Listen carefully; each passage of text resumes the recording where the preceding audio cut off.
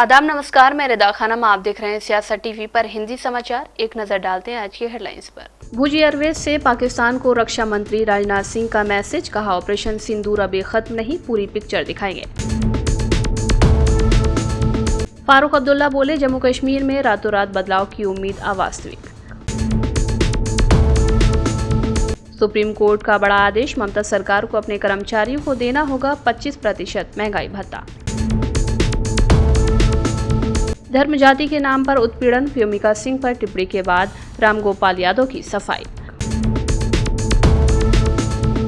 राहुल गांधी समेत 20 लोगों के खिलाफ एफआईआर, अंबेडकर हॉस्टल में बिना इजाजत किया था कार्यक्रम। मध्य प्रदेश के डिप्टी सीएम जगदीश देवड़ा का विवादित बयान, बोले देश की सेना प्रधानमंत्री के चरणों में नतमस्तक। अब समाचार विस्तार से।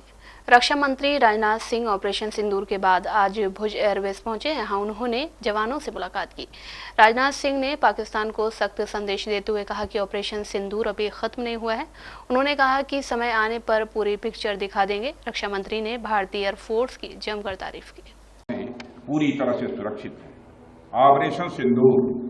और मैं बताना चाहता हूं, ऑपरेशन सिंदूर नाम किसने दिया? ऑपरेशन सिंदूर का नाम हमारे देश के यशस्वी प्रधानमंत्री आदरणीय नरेंद्र मोदी ने दिया, जो इसी जापान की धरती, इसी गुजरात की धरती पर गुजराती मां को। और ऑपरेशन सिंदूर के दौरान जो कुछ भी आपने किया है, समस्त हिंदुस्तानियों को, चाहे वो भारत के रहने वाले हों अथवा दुनिया के दूसरे देशों में रहने वाले हों, सभी गौरवान्वित हुए।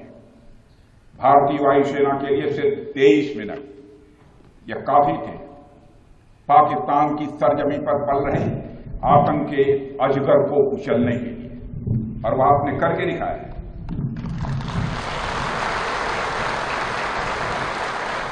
और मैं ये कहूं तो यह कहना गलत नहीं होगा, जितनी देर में लोग नाश्ता पानी निपटाते हैं, उतनी देर में आपने दुश्मनों को निपटा दिया।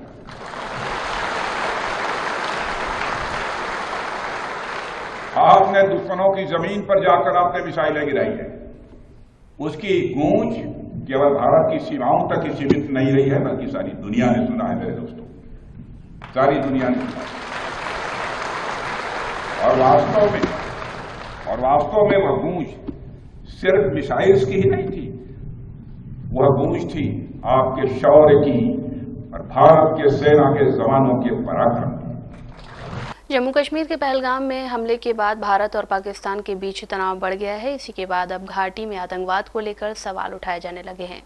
इसी को लेकर नेशनल कॉन्फ्रेंस के अध्यक्ष फारूक अब्दुल्ला ने कहा कि जम्मू कश्मीर में उनकी पार्टी की नेतृत्व वाली सरकार से रातों रात बदलाव की उम्मीद रखना अवास्तविक है, क्योंकि पिछले एक दशक से विकासात्मक नुकसान को तुरंत दूर नहीं किया जा सकता।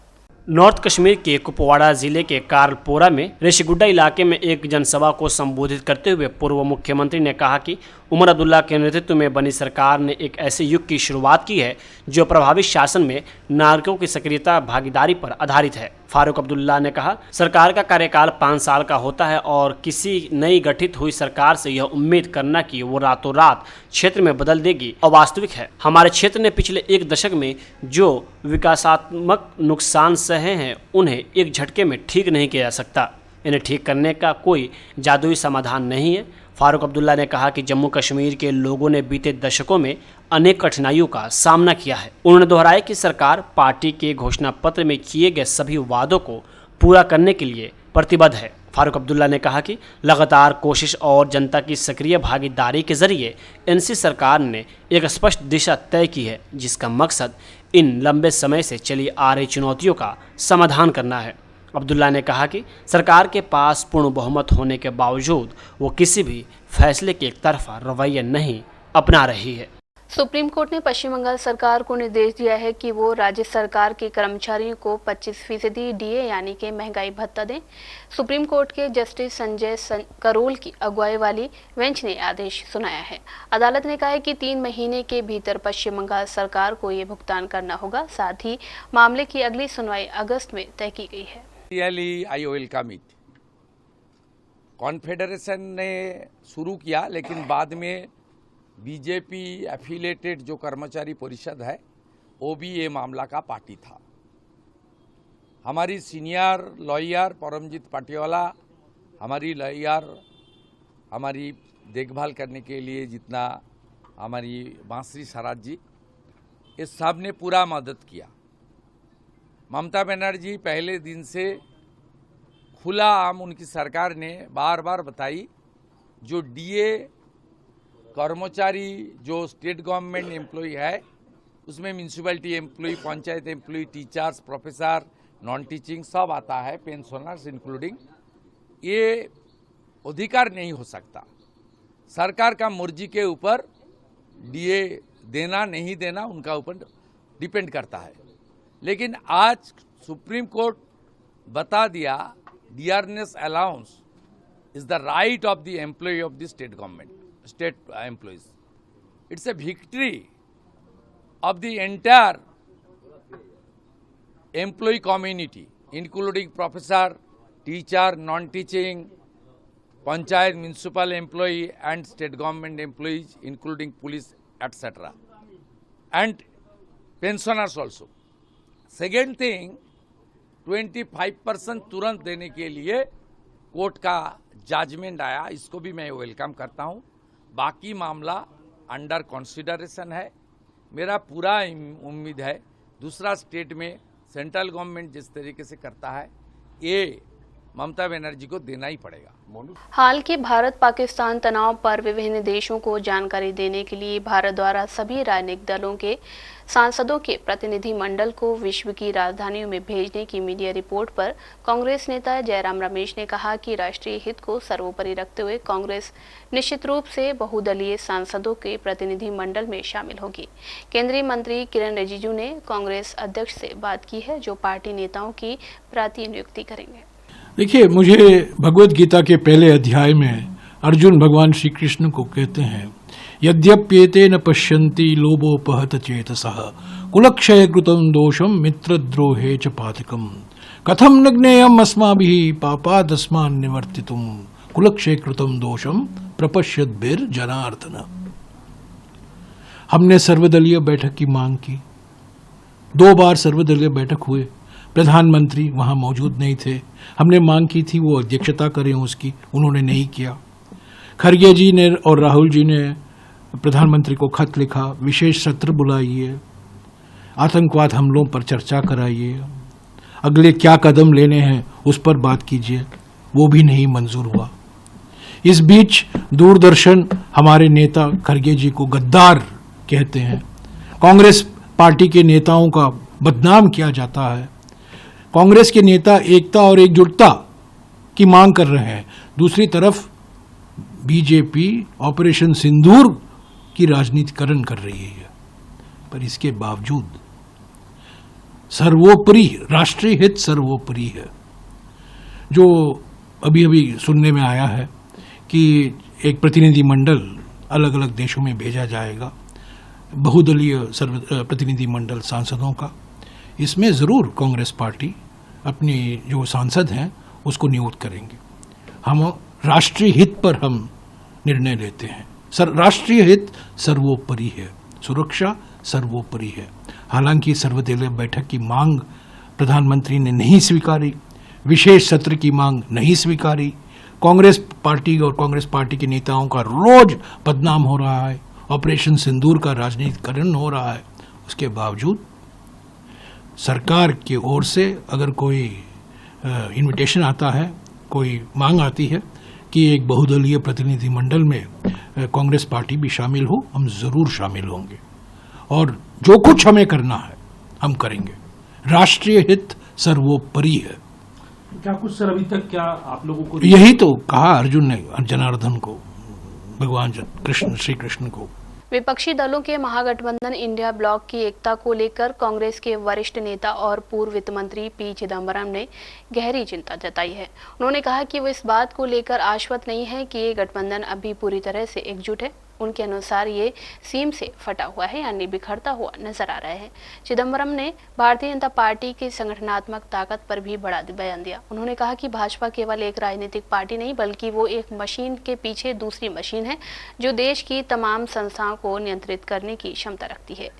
अब उनके इस बयान पर कांग्रेस नेता संदीप दीक्षित की प्रतिक्रिया सामने आई है। है वो उनका मन हो सकता है भाई, वो जाने। और उनका तो डीएमके के साथ हमारा अलायंस है, इंडिया ब्लॉक, जहां तक उनके राज्य की बात है, डीएमके और कांग्रेस के संबंध का है, तो उसकी बात वो करें। देखो, ये बात बार बार लोग कहते हैं कि क्या इंडिया ब्लॉक अभी है कि नहीं। मैं तो एक ही बात से आपको जवाब देना चाहता हूं। इंडिया ब्लॉक राष्ट्रीय मुद्दों के लिए बना था। आप देख लीजिए पिछले चुनाव के बाद, एक तो पिछले चुनाव में इंडिया ब्लॉक ने अच्छा किया, आप राष्ट्रीय मुद्दे देख लीजिए। इलेक्शन कमीशन का मुद्दा आता है, वोटर लिस्ट का मुद्दा आता है, ईवीएम का मुद्दा आता है, पूरा इंडिया ब्लॉक एक साथ खड़ा है। आर्थिक नीतियों की बात आती है, बेरोजगारी की बात आती है, पूरा इंडिया ब्लॉक एक साथ खड़ा है। कास्ट सेंसस की, सामाजिक न्याय की बात आती है, पूरा इंडिया एक ब्लॉक खड़ा है। सरकार को ऑपरेशन सिंदूर में पूरी तरीके से समर्थन देने की बात आती है, पूरा इंडिया ब्लॉक एक साइड खड़ा है। जो ट्रंप के हस्तक्षेप की बात आती है, ये पूछना है कि क्या पाकिस्तान अब अमेरिका हस्तक्षेप करेगा हमारी विदेश नीति में, पूरा ऑपरेशन एक साथ खड़ा है। तो राष्ट्रीय मुद्दों के जितने भी नीतिगत मामले हैं उसमें तो पूरा इंडिया अलायंस एक साथ खड़ा है। तो दरार कहाँ है, कमजोरी कहाँ है? हाँ, आप ये कह सकते हैं कि चुनाव लड़ने में उसके संगठन में हम उतने सक्षम नहीं हैं, वो हम मान रहे हैं। बहुत दिनों से हम लोग कह रहे हैं कि कांग्रेस में या हमारे समर्थन दलों में शायद उस तरीके से संगठन की, साधनों की और सरकार के दुरुपयोग की हमारे पास उतनी क्षमता नहीं है जितनी बीजेपी और उसके सहयोगी दलों की है। उसमें हम कोशिश करेंगे और उसमें चिदम्बरम जी को भी बताना चाहिए किस तरीके से इंडिया ब्लॉक जो है संगठन को और मजबूत करे। वो भी, उन्होंने भी गोवा एक बार देखा हुआ है एक संगठन के रूप में। तो अपनी जो दक्षता है, अपनी जो समझ है, वो लाएं और स्ट्रेंथन करें। राजधानी दिल्ली के शादरा में बिहारी कॉलोनी में स्थित एक इमारत के बाहर एमसीडी के अधिकारियों ने नोटिस लगा दिया है। बता दें कि 3 मंजिला इमारत एक तरफ झुक गई है। एमसीडी द्वारा चस्पा किए गए नोटिस में लिखा है कि इस बिल्डिंग के निर्माण में लो क्वालिटी की सामग्री का इस्तेमाल किया गया है। एमसीडी अधिकारी और पुलिस मौके पर मौजूद है। किसी भी अप्रिय घटना को रोकने के लिए पुलिस लोगों से इमारत खाली करने की अपील कर रही है। संदीप जी, बिहारी कॉलोनी में एक 4 मंजिला बिल्डिंग झुक गई है जिस पर नोटिस लगाया गया और कुछ खाली करा दिया, कुछ खाली हो रहा है, क्या है पूरे? देखिए, दिल्ली नगर निगम ऐसी सभी इमारतों पर एक्शन ले रही है जो कि 5 से 6 मंजिला है, जो बिल्डिंग झुकी हुई है, जर्जर हालत में है, क्योंकि ऐसी इमारतों से लोगों की जान माल का खतरा हो सकता है और नागरिकों की सुरक्षा सर्वोपरि है। और इसी कड़ी के अंदर ये जो इमारत है बिहारी कॉलोनी की, ये 4 मंजिला बिल्डिंग थोड़ी सी झुकी हुई है। इसका सर्वे किया गया, रात को इस बिल्डिंग को खाली करवा दिया गया। अब इसमें चेक करके इसको आगे सीलिंग करनी है, गिराना है, ये सारे अधिकारी आज जाएंगे, इस पर निर्णय लेंगे। और इसके साथ साथ ही इसके दोनों तरफ जो बिल्डिंग्स हैं उनको भी नोटिस देके कहा गया खाली कर दें, क्योंकि कोई अचानक कोई भूकंप आ जाए, कुछ ऐसी स्थिति हो, बिल्डिंग गिरे, तो साथ वाली बिल्डिंग पर गिन के जान माल का नुकसान न हो, इसके लिए उन्हें भी नोटिस दिया गया। विंग कमांडर व्योमिका सिंह और एयर मार्शल ए.के. भारती पर समाजवादी पार्टी के सांसद रामगोपाल यादव के हालिया बयान पर पार्टी की महिला विंग की राष्ट्रीय अध्यक्ष जूही सिंह ने कहा कि कर्नल सोफिया कुरैशी पर टिप्पणी करने वालों को उनके पद से नहीं हटाया जाता है और टिप्पणी पर भाजपा की पूर्ण चुप्पी। शायद उन्हें समाजवादी पार्टी पर कोई भी आरोप लगाने से पहले खुद को देखना चाहिए।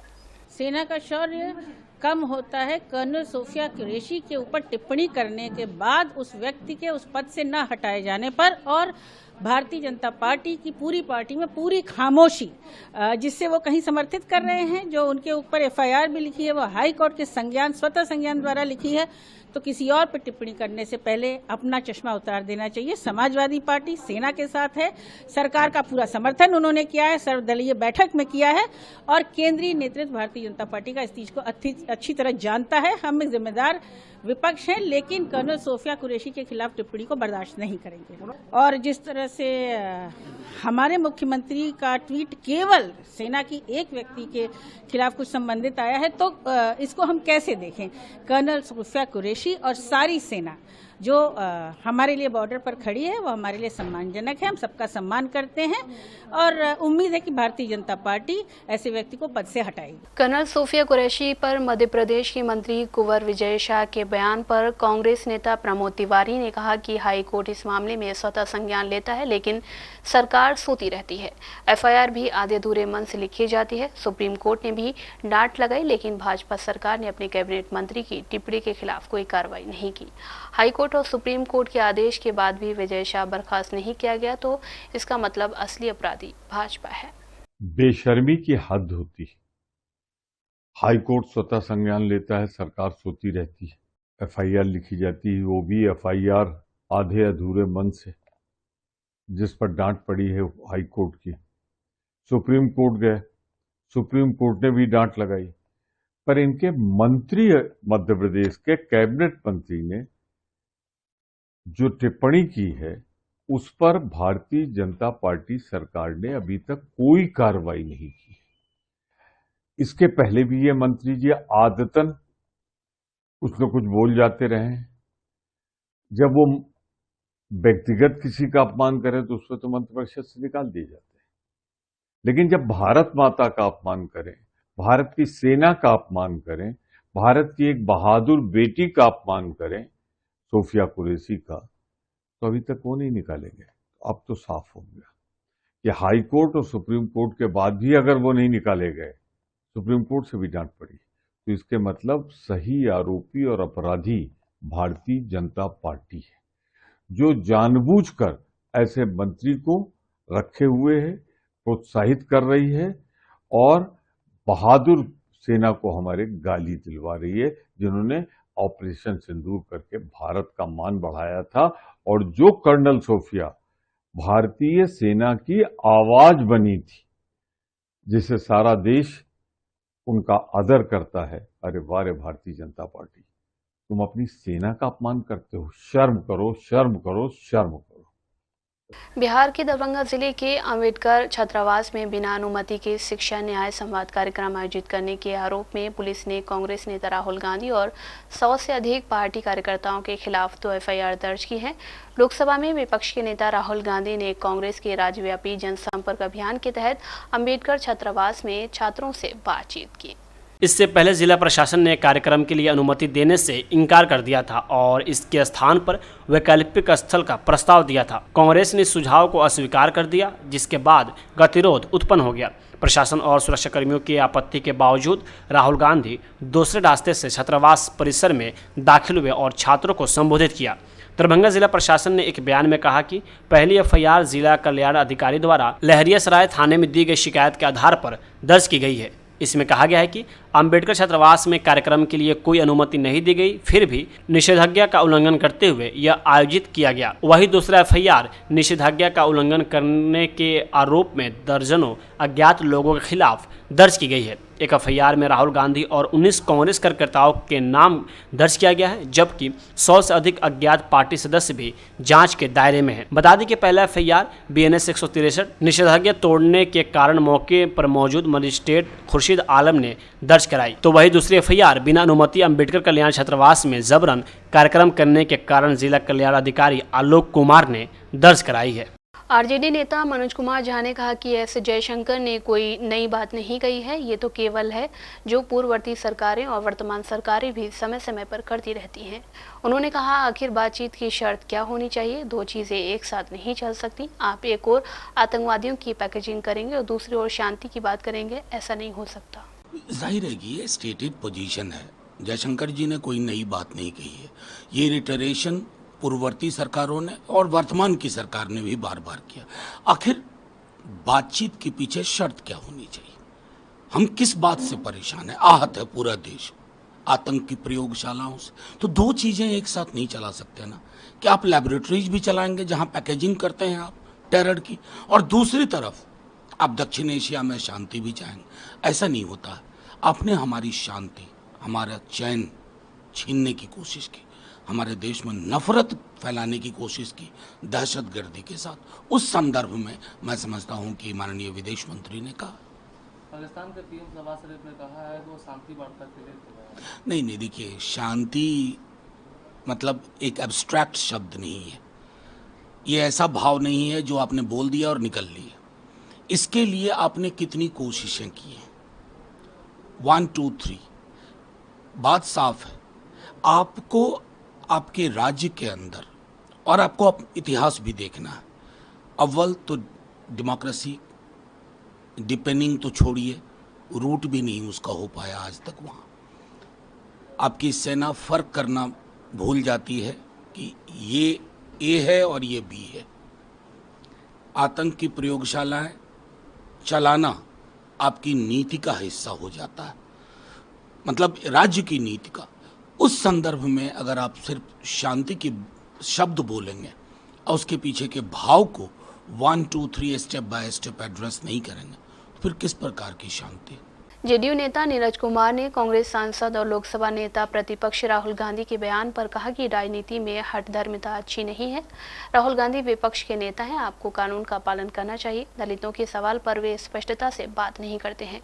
किस बात का संवाद वे कर रहे हैं? आपको इस बात की प्रशंसा या चर्चा करनी चाहिए थी कि बिहार देश का पहला राज्य है जहाँ दलित समुदाय का व्यक्ति राष्ट्रीय झंडा फहराता हो।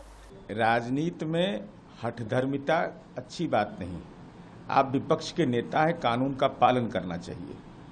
और दलितों के सवाल पर आप स्पष्टता से बोलते नहीं हैं। किस बात का संवाद आप कर रहे हैं? संवाद के पहले तो आपको अपने शासन काल में जो गठबंधन का सहयोगी था उसमें जो कृत्य हुआ था उन माताओं और बहनों और बेवाओं से माफी मांगनी चाहिए थी आपको। सबसे पहले तो आपको जाना चाहिए था बाथे, और बाथे में जिस ढंग से दलितों का नरसंहार हुआ था रात के अंधेरे में, उन माताओं बहनों से पूछना चाहिए था। आपको इस बात के लिए चर्चा करनी चाहिए थी कि माननीय नीतीश कुमार जी ने माननीय रामनाथ कोविंद के जो दलित राष्ट्रपति बने दलित समुदाय के, तो नीतीश कुमार जी ने गठबंधन से इस इशू का समर्थन किया। आपको इस बात का समर्थन, इस बात की प्रशंसा करनी चाहिए या चर्चा करनी चाहिए थी कि देश का पहला राज्य है बिहार जहां दलित समुदाय का व्यक्ति झंडा फहराता हो, राष्ट्रीय झंडा फहराता हो। सामाजिक जकड़न पर प्रहार है यह, और वहां मुख्यमंत्री जी, चीफ सेक्रेटरी, डीजीपी सैल्यूट करते हैं। ग्रामीण क्षेत्रों में बीडीओ, सीओ और एमएलए सैल्यूट करते हैं, तो उस बुजुर्ग को भी सैल्यूट करना पड़ता है। राहुल गांधी के अंबेडकर हॉस्टल में हुए संवाद से राजनीति गर्मा गई है। जहां एक तरफ भाजपा कांग्रेस को घेर रही है तो वहीं दूसरी तरफ आरजेडी राहुल का समर्थन कर रही है। आरजेडी सांसद मनोज झा ने लोकसभा में राहुल गांधी के बयान पर कहा कि नेताओं को जाति, जनगणना, आरक्षण और प्रतिनिधित्व जैसे महत्वपूर्ण सवालों पर खुलकर चर्चा करनी चाहिए और किसी को रोकना नहीं चाहिए, क्योंकि इससे राजनीति की गरिमा कम होती है। मतलब क्या बिगड़ जाता अगर वो एड्रेस कर लेते? क्या बिगड़ जाता? कुछ भी तो नहीं। और मुझे तो लगता है पता नहीं माननीय मुख्यमंत्री जी को डे टू डे लेवल पर ये जानकारियां दी भी जाती हैं या नहीं, और अगर दी जाती हैं तब चुप हैं तो उनको, मैं तो उनसे वही कहूँगा कि आप तो कहते हैं कि जेपी के आंदोलन से प्रभावित हुए थे, आज जेपी होते तो क्या करते? मूल चीजें जो हैं, जातिगत जनगणना, निजी क्षेत्र में आरक्षण, संस्थानों में आरक्षण और आबादी के अनुरूप प्रतिनिधित्व, ये महत्वपूर्ण प्रश्न हैं। इनको सीधे डील करना पॉलिटिकली सीखा जाए, ना कि किसी नेता को रोक दिया, किसी पर वीडियो बना दिए अनशंट, अनाप शनाप, अशोभनीय। तो ये सारी चीजें राजनीति की में जो गरिमा है ना, उसको खत्म कर दी। मध्य प्रदेश के डिप्टी सीएम जगदीश देवड़ा ने सेना पर अभद्र टिप्पणी की है। जबलपुर में आयोजित सिविल डिफेंस वॉलंटियर्स के प्रशिक्षण कार्यक्रम के दौरान डिप्टी सीएम जगदीश देवड़ा के बयान ने राजनीतिक हलकों में हलचल मचा दी है। उन्होंने कहा कि पूरा देश और देश की सेना और सैनिक प्रधानमंत्री मोदी के चरणों में नतमस्तक हैं। इस बयान को लेकर आरोप लग रहे हैं कि उन्होंने भारतीय सेना का अपमान किया है।